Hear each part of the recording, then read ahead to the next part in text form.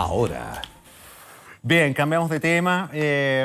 Vamos a ir a una situación que siempre nos tiene muy pendientes, que es la seguridad, ¿no? Y esta seguridad también se toma en la campaña presidencial, las decisiones, las propuestas para combatir la delincuencia, que encienden las alarmas en diferentes expertos quienes advierten que se puede caer o que efectivamente se cae en algunas propuestas en populismo penal. Queremos hablar de esto con don Jorge Araya, que es académico de la Universidad de Santiago de Chile y experto en seguridad pública. ¿Cómo le va, Jorge? Gracias por estar con nosotros. Buen día. Hola Gonzalo, muy buenos días. ¿Cómo están? Bien, bien. Quiero que nos ayude a entender el concepto. Una propuesta que sea de un carácter populista en términos de combate a la delincuencia. ¿Es aquella que es imposible de concretar? ¿Es una promesa imposible? Yo diría que en general la característica de una propuesta populista es aquella que pretenda terminar con el problema en un plazo breve, en un plazo corto. Porque cualquier propuesta pudiera ser plausible de realizar, tal vez habría que analizarla, pero uno puede estar abierta a muchas ideas, a muchas propuestas. Pero la experiencia nos dice que este fenómeno criminal, la criminología acumula ya 250 años de estudio, con grandes estudios que han ganado incluso el premio Nobel, y nos indica que pueden haber países desarrollados que digan, mira, nosotros derrotamos la pobreza, pero yo diría que no hay ningún país en el mundo que pueda decir nosotros derrotamos la delincuencia, ¿ya? Pueden haber niveles más aceptables o más graves de delincuencia, por supuesto, hay grandes diferencias, pero lo que está claro es que la delincuencia, la inseguridad, es un problema que afecta a todos los países del mundo y que no se supera en el corto plazo, digamos. Claro. A ver, el candidato Kaiser, por ejemplo, ayer leía que ha señalado que en su eventual gobierno, él, para frenar esta situación grave, sobre todo respecto al enquistamiento, llegada, instalación del crimen organizado y sectores donde se ha reconocido incluso que cuesta mucho entrar, él declararía estado de sitio en algunos lugares del país. ¿Eso es populista, bajo su punto de vista? A mí me parece que no es la medida más efectiva, porque nosotros, lo que significa el estado de sitio es que tú puedes hacer uso de las Fuerzas Armadas, pero el uso de las Fuerzas Armadas ya se está viendo a través de otras iniciativas legales, como es la de custodia de la infraestructura crítica. Entonces nosotros estamos apuntando a que un buen uso de las Fuerzas Armadas puede ser la custodia de las fronteras. Además, las Fuerzas Armadas en todo país del mundo están hechas para custodiar la soberanía nacional. Por lo tanto, es lógico que lo tengamos a las Fuerzas Armadas custodiando la frontera, y también tiene lógica la infraestructura crítica. De esa manera nosotros liberamos ahora hombres policiales para combatir el delito. Para combatir el delito se necesita gente preparada en ese tema, y la policía está preparada en combatir, perseguir, prevenir el delito. Pero un miembro de las Fuerzas Armadas no está preparado para eso. Entonces, hoy día, sobre todo, combatir la delincuencia requiere investigación, investigación criminal, investigación policial, trabajo que no puede hacer las Fuerzas Armadas. Entonces, utilicemos las Fuerzas Armadas en aquello que sí es útil: custodia de las fronteras, infraestructura crítica, vigilancia de eso, y liberemos ahora hombres policías. Entonces, no creo que la propuesta de Kaiser apunte a algo que tenga utilidad demostrada. Claro, se entiende. Jorge, lo otro que le quería preguntar es si realmente en Chile, y esto no solamente a propósito de las campañas y las propuestas, en fin, se está apuntando al tal vez factor correcto. Usted lo decía, balas de plata no hay, pero a veces, al menos me parece a mí, que se mira mucho a las policías.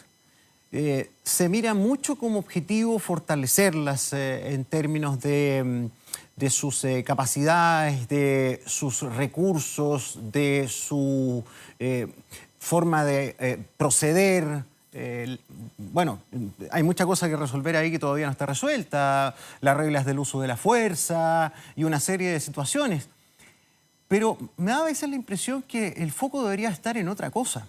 O sea, acá la policía, con todas sus falencias, con los pocos carabineros que puedan haber, detiene 600.000 veces a muchos delincuentes.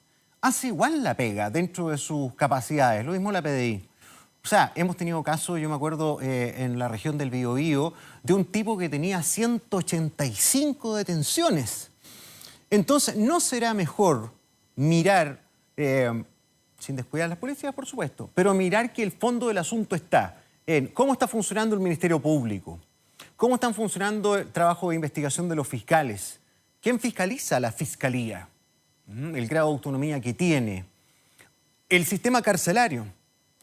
Y lo otro es las normas que tenemos, las garantías, las normas, las leyes, porque los jueces a veces dicen, oye, sí, pero esto no se trata de lo que a mí me parezca, son las leyes que hay, son las garantías que hay. Por ejemplo, el caso de Nabila Rifo. El tipo hizo algo realmente terrible, pero hoy día, por ley, tiene el derecho a cumplir media pena y si se ha portado bien, sale. Mira, está bien lo que tú planteas, Gonzalo. Yo creo que efectivamente hay un sentimiento en la población que tiene que ver con decir, mira, las penas no son lo suficientemente duras y todo eso. Pero lo que habría que decir en justicia es que en Chile en general las penalidades comparativamente con otros países son bastante duras. Y por otro lado, habría que decir que hace 5 años atrás la población penal estaba como en 35.000, 38.000 sujetos, digo, privados de libertad efectivamente encerrados, y hoy día estamos como en 60.000, digamos. O sea, tuvimos en los últimos 3, 4 años un esfuerzo importante de las policías, de la fiscalía, de investigación. Se lograron desbaratar muchas bandas de crimen organizado. Lo que ha pasado un poquito, Gonzalo, este último año, estos últimos 3, 4 años, es que yo creo que efectivamente se hizo un esfuerzo por combatir el crimen organizado que nos estaba espantando a todo el país, ligado a bandas venezolanas, colombianas de distintos países que tenían estos secuestros y tenían toda esta situación de sicariato. Y yo creo que se hizo, y eso hay que apreciarlo, una labor importante de avanzar en desbaratar ese crimen organizado internacional. Y si tú te fijas, sobre todo los últimos hechos delictuales están teniendo que ver más con chilenos, digamos. ¿Ah? Entonces es una delincuencia ya que en algunos casos puede ser crimen organizado también, pero son chilenos. Entonces hoy día vamos a tener que cambiar un poquito el foco de concentración e investigar estas bandas chilenas que están detrás de los turbazos, de los portonazos, de distintos tipos de delitos, el narcotráfico, por supuesto, que sigue siendo su principal negocio. Entonces yo diría, sí, se puede perfeccionar. Lamentablemente al Ministerio Público le faltan fiscales. El Ministerio Público tenía cifras, hasta donde tengo actualizado yo, 791 fiscales a nivel nacional. Claramente insuficiente. Hay fiscales que tienen acumulados 1.000 casos sobre su escritorio. Entonces no tienen capacidad de investigar. Entonces lo que hacen es ocupar archivo provisional. Y por lo tanto hay más de un 60% de las causas que no se investigan porque no tiene capacidad la fiscalía y las manda a archivo provisional porque no hay testigo, porque no hay antecedentes. Entonces, nos faltan fiscales, sí, faltan policías, también tenemos déficit de policía. Entonces ahí hay un problema, más que en la pena, es en la capacidad, en la magnitud que necesita el sistema de justicia criminal chileno para responder a esta gran cantidad de delincuentes que están, en fin, atemorizando a la población en todas partes. Claro, es importante lo que usted señala, que en términos de volumen y porcentaje de los delincuentes que están tras las rejas en nuestro país extranjeros, todavía son bastante menos que los chilenos. Pero resulta que llegaron algunos que son profundamente malos y trajeron delitos que antes no eran tan habituales. Entonces, tal vez son pocos, pero han traído un cáncer muy, muy complicado. Los secuestros, bueno, crímenes de todo tipo que antes no teníamos a ese nivel de violencia con tanta frecuencia, ¿no? No, absolutamente. El crimen organizado, sobre todo internacional, que llegó a Chile, ha sido terrible porque hizo que las cifras de homicidio en Chile aumentaran drásticamente. Nosotros teníamos tradicionalmente un promedio de 800 y tantos homicidios al año y de repente llegamos al récord de 1330, creo que fue hace 3 años atrás, digamos. Hoy día estamos en 1207, bajamos un poquitito, pero claramente en buena medida el fuerte incremento del homicidio en Chile se explicó por esta irrupción del crimen organizado internacional, que además, como muy bien lo señalas, trajo otros delitos muy terribles que casi no existían en Chile: el secuestro extorsivo, o sea, secuestrar a personas, amenazar la vida y que la familia tenga que pagar, digamos, para la liberación del sujeto, el sicariato, en fin, la trata de personas, ¿ya? Que en Chile tenía muy poca relevancia, hoy día también ha tenido mucha relevancia, y el traer también, el dedicarse a los coyotes, el dedicarse a entrar ilegalmente gente al país, también ha sido un negocio para ellos. Por lo tanto, eso claramente cambió el perfil delictual del país, lo hizo más peligroso al país, pero también hay que decir, los últimos años, como concentramos la atención ahí, se han logrado desbaratar bandas muy importantes, ligadas sobre todo al Tren de Aragua, los gallegos, los pulpos, qué sé yo. Se ha avanzado en eso, pero hoy día tenemos también un crimen organizado, una delincuencia nacional que obviamente produce también hechos muy dolorosos, digamos. Sí, respecto a la reincidencia, es otro tremendo problema que tenemos y ya lo comentábamos, pero hablemos de la reincidencia, porque nosotros que informamos todos los días y a veces se nos cuestiona que hablamos solamente de delincuencia, pero es que realmente todos los días, o sea, de verdad, no hay día que no haya una balacera. Y en las detenciones siempre tenemos que decir amplio prontuario policial, que es la información que nos entrega Carabineros. O sea, hay reincidencia, mucha. ¿Cómo se puede frenar esa reincidencia? Una palabra parecida a esa, que es la reinserción social, ¿ya? En Chile no tenemos un aparataje institucional que logre hacer reinserción social. Tú no puedes estar apostando, tú puedes meter a la cárcel a una persona que robó 5, 10 años, digamos, ¿ya? Pero no la puedes condenar de por vida porque cometió un robo. Eso no sería lógico en ninguna parte del mundo. Entonces, esa persona va a salir en libertad después de cumplir una condena. Va a volver a un medio donde es vulnerable, ¿ah? Va a volver a su población, donde lo van a recibir sus amigos que están ligados al delito. Le va a costar mucho encontrar trabajo porque tiene sus antecedentes manchados, tiene malos antecedentes. Limpiar su prontuario es un trámite bastante complejo y largo que debiéramos también ahí ver para facilitar a esas personas. Entonces, nosotros tendríamos que tener un sistema de verdad que no existe en Chile, de reinserción social que permita que ya sea los municipios, que sea Gendarmería, quien sea, pero que acoja a quienes salen de la cárcel para generarle oportunidades laborales, para acompañarlo en el proceso, si tiene que capacitarse, que se pueda capacitar, si tiene, en fin, problemas de consumo indebido de drogas y alcohol, que pueda rehabilitarse. Esto que estoy diciendo no es muy popular, ¿ah? Porque la gente no quisiera esto de que tengamos que estar gastando recursos en gente que ha cometido delitos. Pero si no hacemos eso, el costo social, el costo económico para la sociedad es peor. Porque ese sujeto, como no tiene alternativa de sobrevivencia, va a volver a delinquir, se va a dedicar toda su vida al delito y no va a haber manera de parar este círculo vicioso.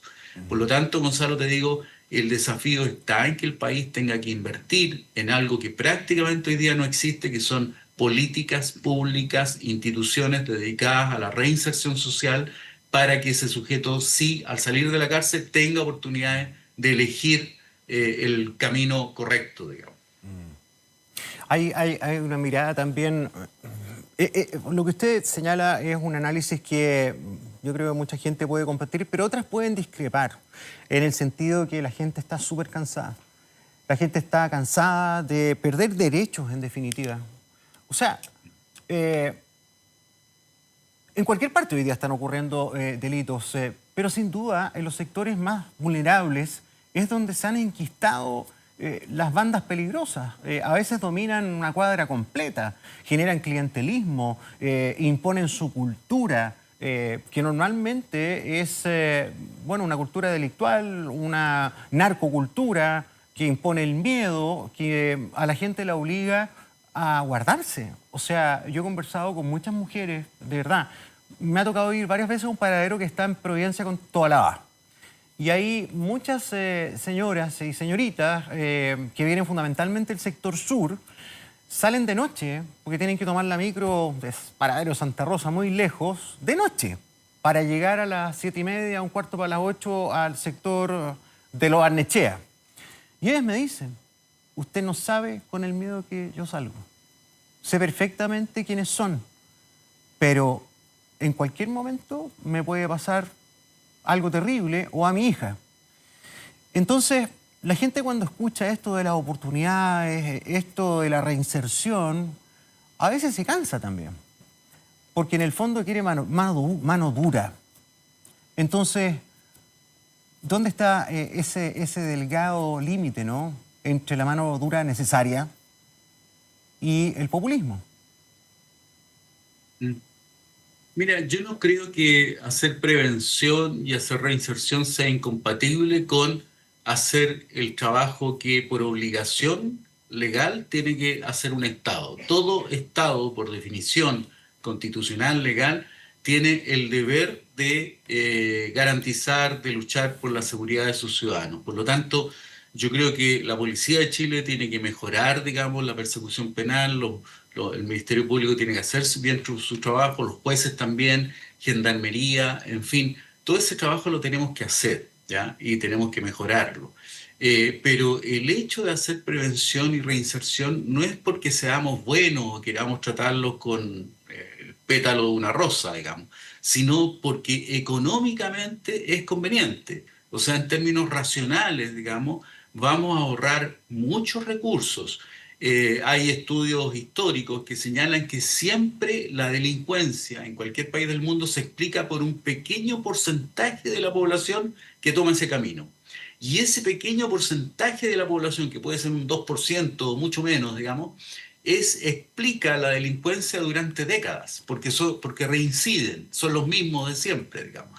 Entonces, tú con un sujeto que lograra reinsertar a la sociedad, o haciendo prevención logras que no siga esa carrera delictual, un muchacho de 11, 12 años que está empezando su carrera delictual, con un muchacho que tú logres sacar de esa carrera delictual, tú vas a ahorrar muchos delitos a futuro durante décadas, digamos. Por lo tanto, al final, meterlo a la cárcel, tú sabes, tiene un costo. ¿Ya? Hoy día ese costo puede estar entre los 800.000, 900.000 pesos que gasta el Estado en mantener a cada sujeto en la cárcel. ¿Ya? Entonces, te digo, necesariamente nosotros tenemos que hacer un esfuerzo ahí de prevención, de reinserción, que no es incompatible con tener la mano justa, ¿ya?, para perseguir el delito, meter a la cárcel a quien haya que meter, pero ese circuito y eso que llaman mano dura no es la solución, digamos. O sea, Estados Unidos es un país que tiene niveles de población penal muy superiores a Europa, digamos, ¿ya? Y sin embargo, los niveles de inseguridad en Estados Unidos son bastante más malos que en Europa. En Europa tienen claramente niveles de seguridad bastante superiores. Entonces no creo que vaya por ahí la solución del problema. Mm. Usted lo decía, las cifras que también molestan mucho generan indignación en muchas personas. El Estado, según las cifras de Gendarmería, gasta 983.000 pesos aproximadamente en las cárceles públicas. O sea, casi 12 millones al año por preso. Por preso. Entonces hay gente que también me comenta y me dice, bueno, una forma de reinserción no debería ser que generen en parte lo que están costándole al Estado con plata de todos los chilenos que no cometen delitos y que contribuyen, ¿verdad? Porque trabajar no significa, digamos, mermar sus derechos. Nadie habla muchas veces de esposarlos o mandar a hacer trabajos forzados. Pero podría haber un sistema que en algo pudiera generar que ellos aplacaran o hicieran disminuir ese tremendo costo. O sea, 12 millones de pesos por preso en Chile, viviendo en condiciones infrahumanas. además. Absolutamente de acuerdo, Gonzalo. Eso es lo que hay que hacer. Eso es lo que hay que hacer. Eso también es reinserción. La reinserción no solo empieza cuando se sale de la cárcel, sino que sobre todo tiene que empezar en la cárcel. La cárcel debiera ser no solo un castigo, sino que también la oportunidad de reinserción social.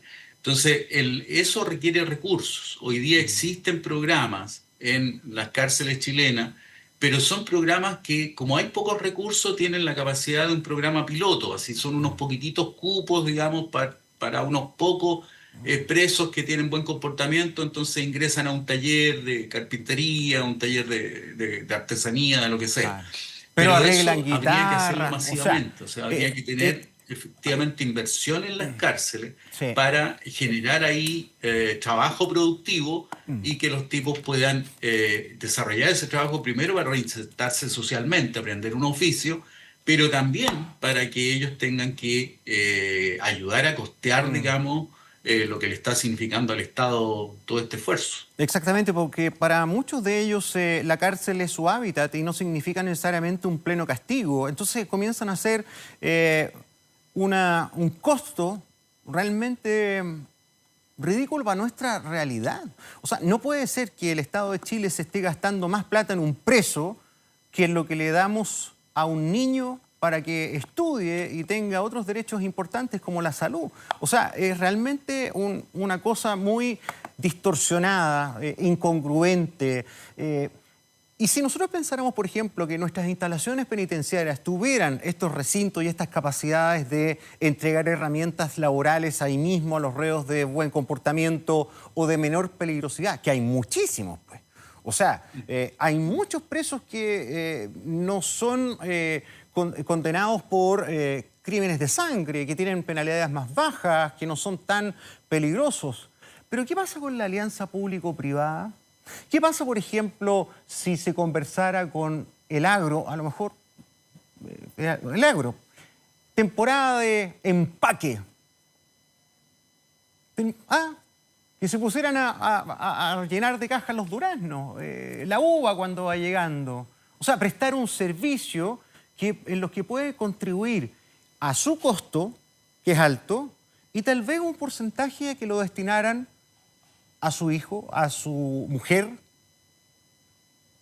¿Se ha hecho eso alguna vez? ¿Se ha combinado lo público y lo privado en este sentido?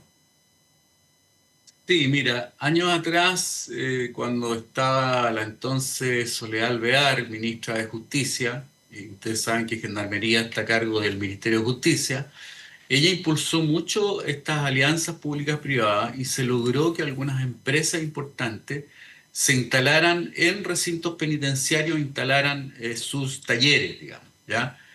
Para que en un recinto penitenciario ellos mismos pudieran desarrollar el trabajo productivo.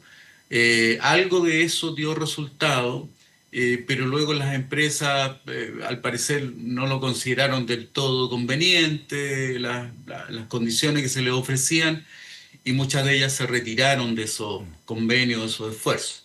Claro. Pero tú tienes razón, Gonzalo, que ojalá podamos avanzar en esa línea. Yo creo que hay que hacer un esfuerzo ahí público, privado, como tú dices, de tratar de conquistar a las empresas para que instalen talleres, ojalá en los recintos que les pueda ofrecer Gendarmería, o también aquellos presos que demuestren menor peligrosidad, llevarlos a terreno, a trabajar, Claro. como dices tú, a un parking, a un empaque, digamos, digo. Claro.